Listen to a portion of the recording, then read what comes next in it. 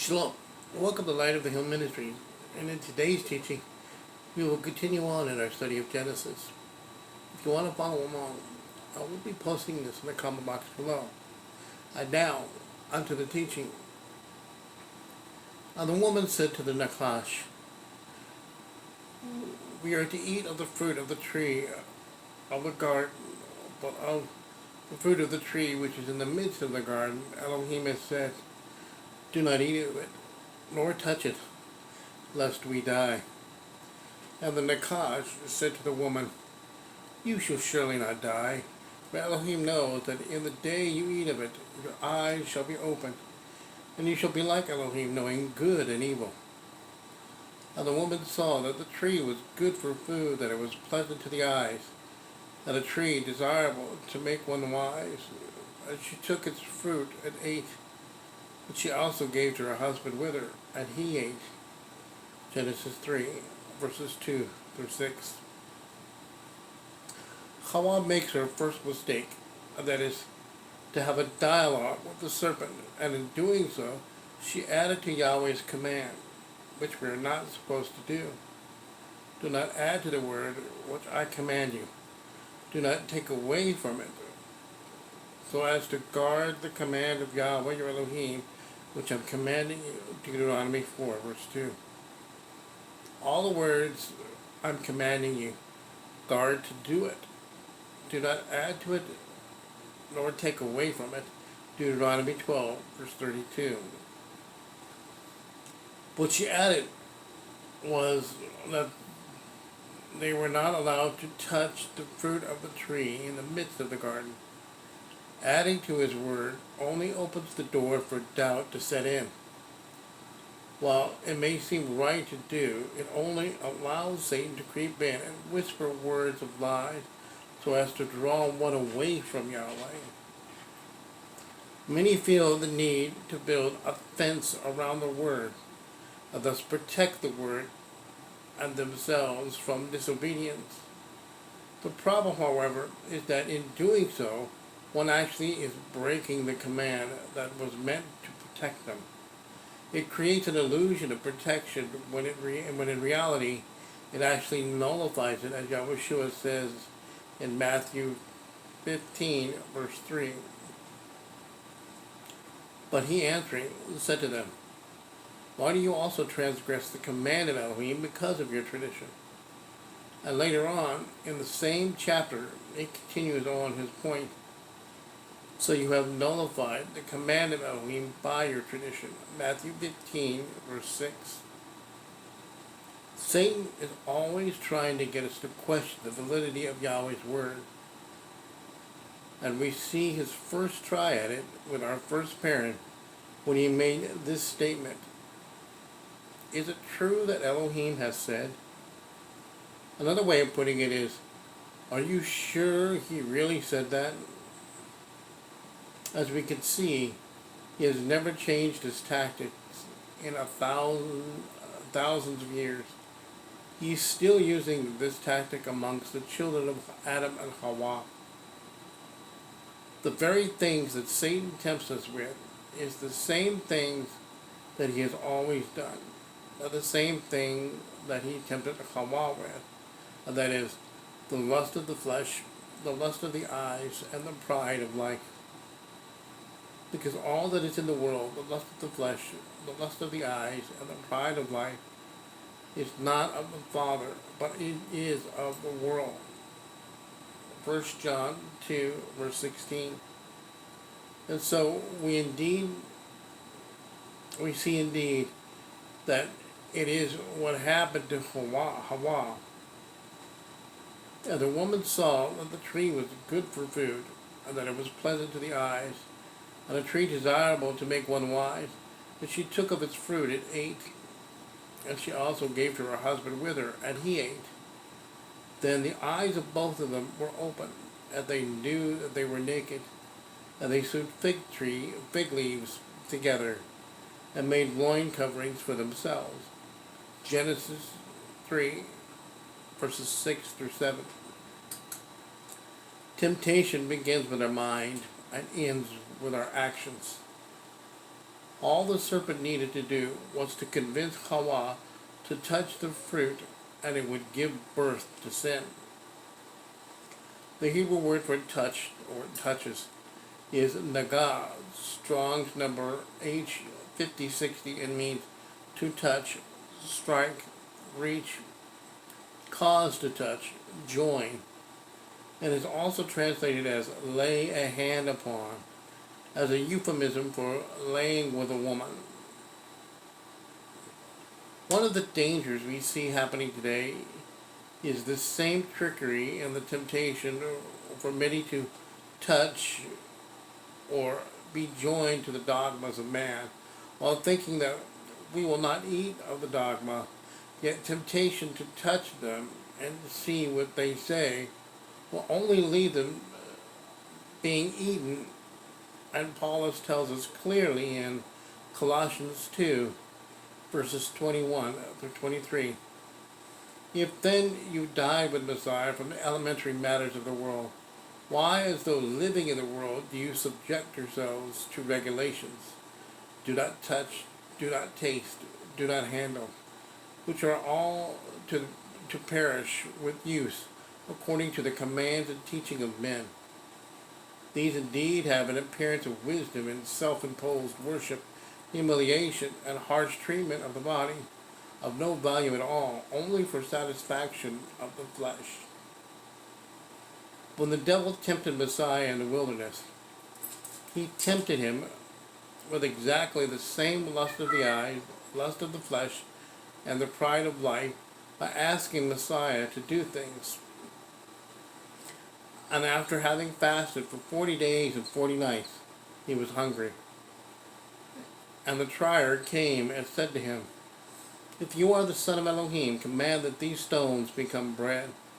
And he answered, saying, It has been written, Man shall not live by bread alone, but by every word that comes from the mouth of Yahweh. Then the devil took him up into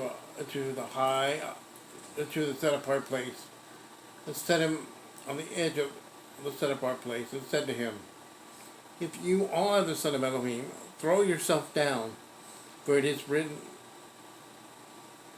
been written, He shall command his messengers concerning you, and in their hands they shall bear you up, so that you do not dash your foot against a stone. And Yeshua said to him, It has also been written, You shall not try Yahweh your Elohim. Again, the devil took him upon a very high mountain, and showed him all the kingdoms of the world and their splendor. And he said to him, All these I shall give you, if you fall down and worship me. Then Yeshua said to him, Go, Satan, for it has been written, You shall worship Yahweh your Elohim, and him alone you shall serve. Then the devil left him, and see, messengers came and attended him. Matthew 4, verses 2 through 11. Yeshua submitted himself to the Father's Spirit, despite all the temptation being thrown at him, and he overcame it. However, Adam and Hawa fell to listening to their flesh or animal nature. Adam failed to exercise dominion over his body. Hawa, which was being enticed by the animal realm. This reversed order of submission is contrary to Yahweh's created order. The result of Adam and Hawa's decision to submit to the animal realm has rippled through all of creation and time. The effects we still feel today, to this day. All the world today live predominantly through their senses, animal nature. Man now lives through the mixed seed of knowledge of good and evil instead of submitting to the Spirit of Yahweh. And because of this, man now lives in separation from Yahweh. That is to say, he died that day. So to make it clear, the separation from Yahweh is death. For if you live according to the flesh, you're going to die. But if by the Spirit you put to death the deeds of the body, you shall live. Romans 8, verse 13. We must remember that as long as Adam is submitted to the Spirit of Yahweh and exercising dominion over the animal nature, including his own, that Adam is the image of Yahweh. However, Adam began to manifest his own image and likeness apart from Yahweh by adding his own thoughts, ideas, understanding, and knowledge to Yahweh's word. Thus, Adam changed the image of Yahweh into an idol, a false image. And all this happened just from eating and touching the fruit of knowledge of good and evil. The two natures will always be at odds with one another, and always has been from the sons of Adam and Hawa, Cain, or as he's commonly called Cain, and Havel, or as he's commonly called Abel, all the way down to us today. Paulus reminds us of this when he says, "For those who live according to the flesh set their mind on the matters of the flesh, but those who live according to the Spirit, the matters of the Spirit.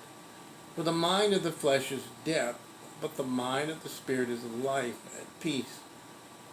Because the mind of the flesh is enmity toward Elohim, for it does not subject itself to the Torah of Elohim, neither indeed is it able. Those who are in the flesh are unable to please Elohim." Romans 8, verses 5 through 8. The question is, how can we overcome the animal nature? Or put it in another way, how do we die to self? To die to self is to set aside what we want in this moment and focus instead on loving Yahweh with everything we've got and valuing others as highly as we value ourselves. Yahushua said to him, "You shall love Yahweh your Elohim with all your heart, and with all your being, and with all your mind. This is the first and great command. And the second is like it. You shall love your neighbor as yourself."